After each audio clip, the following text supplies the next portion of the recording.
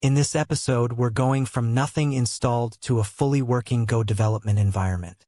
By the end, you'll have Go on your machine, your editor configured with every tool you need, and you'll understand exactly what each tool does. No hand-waving, we're doing the full setup properly. Let's get it done. Go is officially supported on macOS, Linux, and Windows, all major platforms, both Intel and ARM architectures. Hardware requirements are genuinely minimal.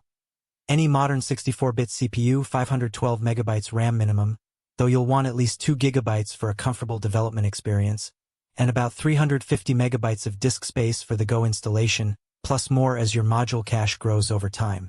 One thing worth knowing right now, Go has cross-compilation built in.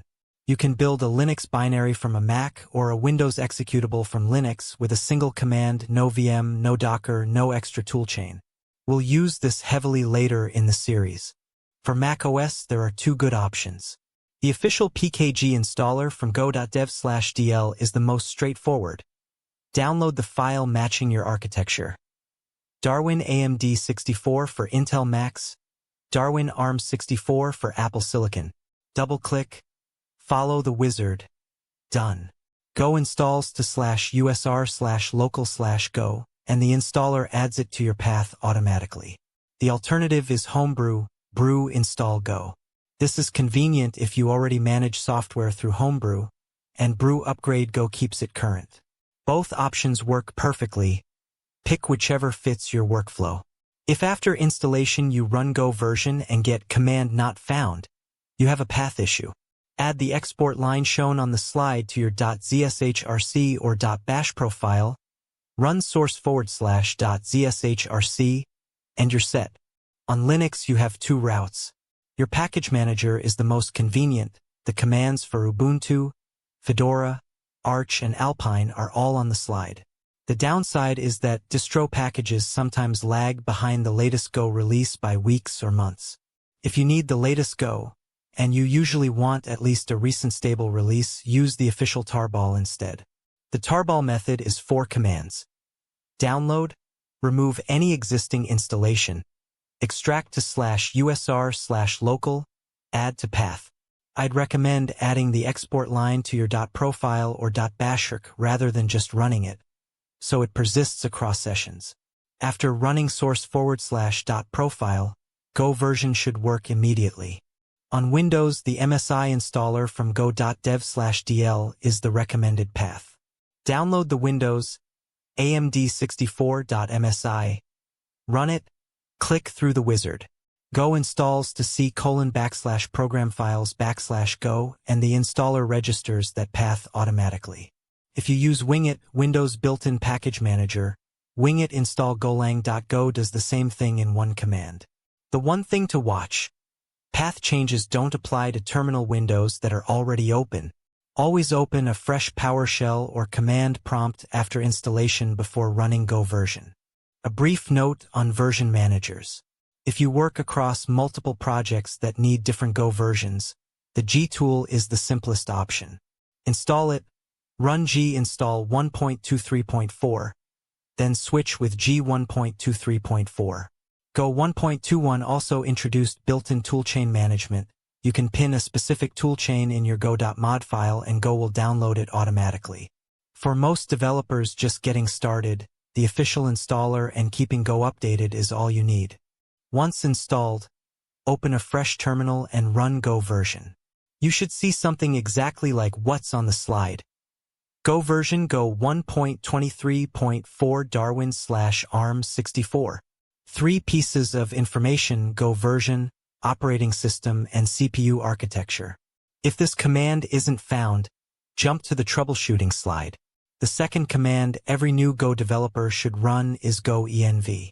This prints your full environment. Let me highlight the key variables. Groot is where the Go toolchain itself lives. You'll almost never need to touch this directory directly. GoPath is a legacy concept from before modules existed. Go still uses it as the default location for installed binaries, /go/bin, and the module cache. Go cache is the build cache. Go caches compilation artifacts here, which is why incremental builds are fast. GeoOS and GeoArch are your current target platform. If you hit a command not found error, this slide has the fix for each platform. On macOS and Linux, use whichGo to check if the binary is findable. Then add the export line to your shell startup file and reload it.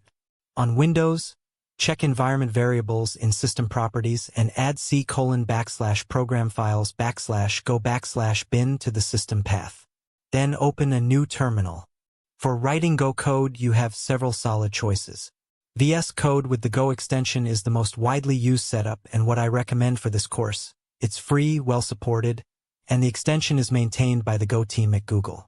Golan from JetBrains is a dedicated Go IDE with more powerful refactoring, built-in profiling, and if you're a JetBrains user, it'll feel natural. Vim, NeoVim, Emacs, Helix all work excellently for Go.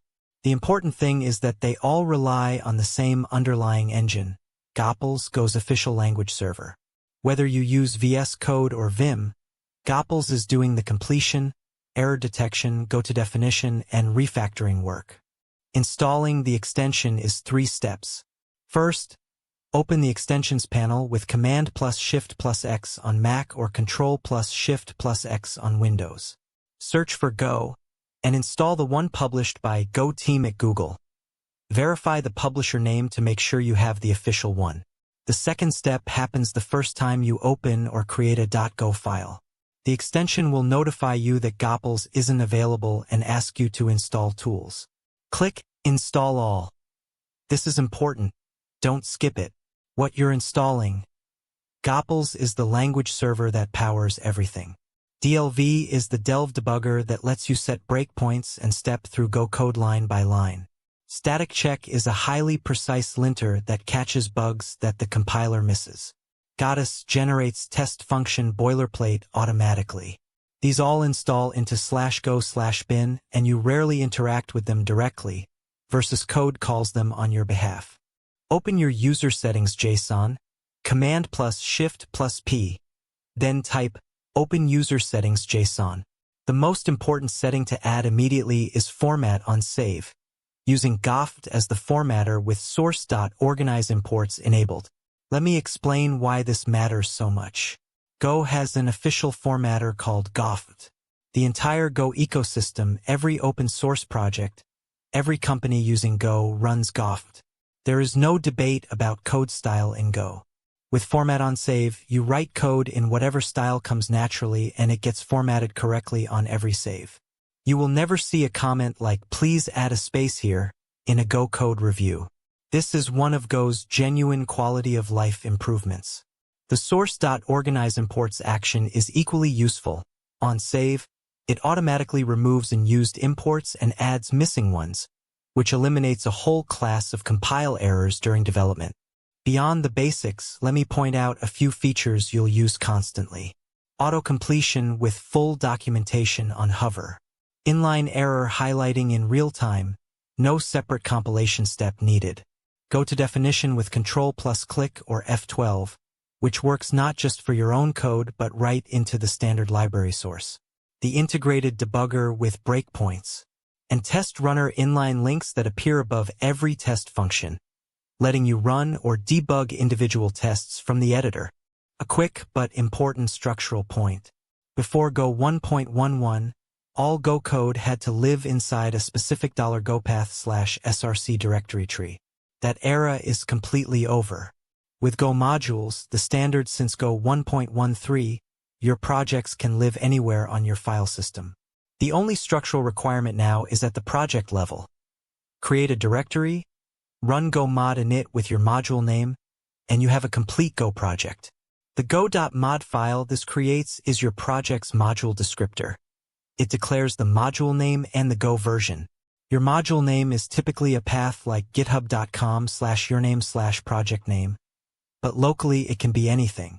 The standard layout I'd recommend: keep main.go at the root for simple programs, use cmd/4 multiple executables, internal/4 packages you don't want external code importing, and package/4 reusable packages. Go enforces the internal/boundary automatically. The compiler will reject external imports of internal packages. You now have Go installed, verified, and your editor fully configured with the complete Go toolchain. The commands to keep on hand: Go version to confirm your installation, Go env to inspect your environment, Go mod init to start a new project, and Go run to execute a file during development. Next episode, Episode 4, we write your first real Go program, learn exactly how Go mod init works, and understand Go modules, the foundation of every Go project.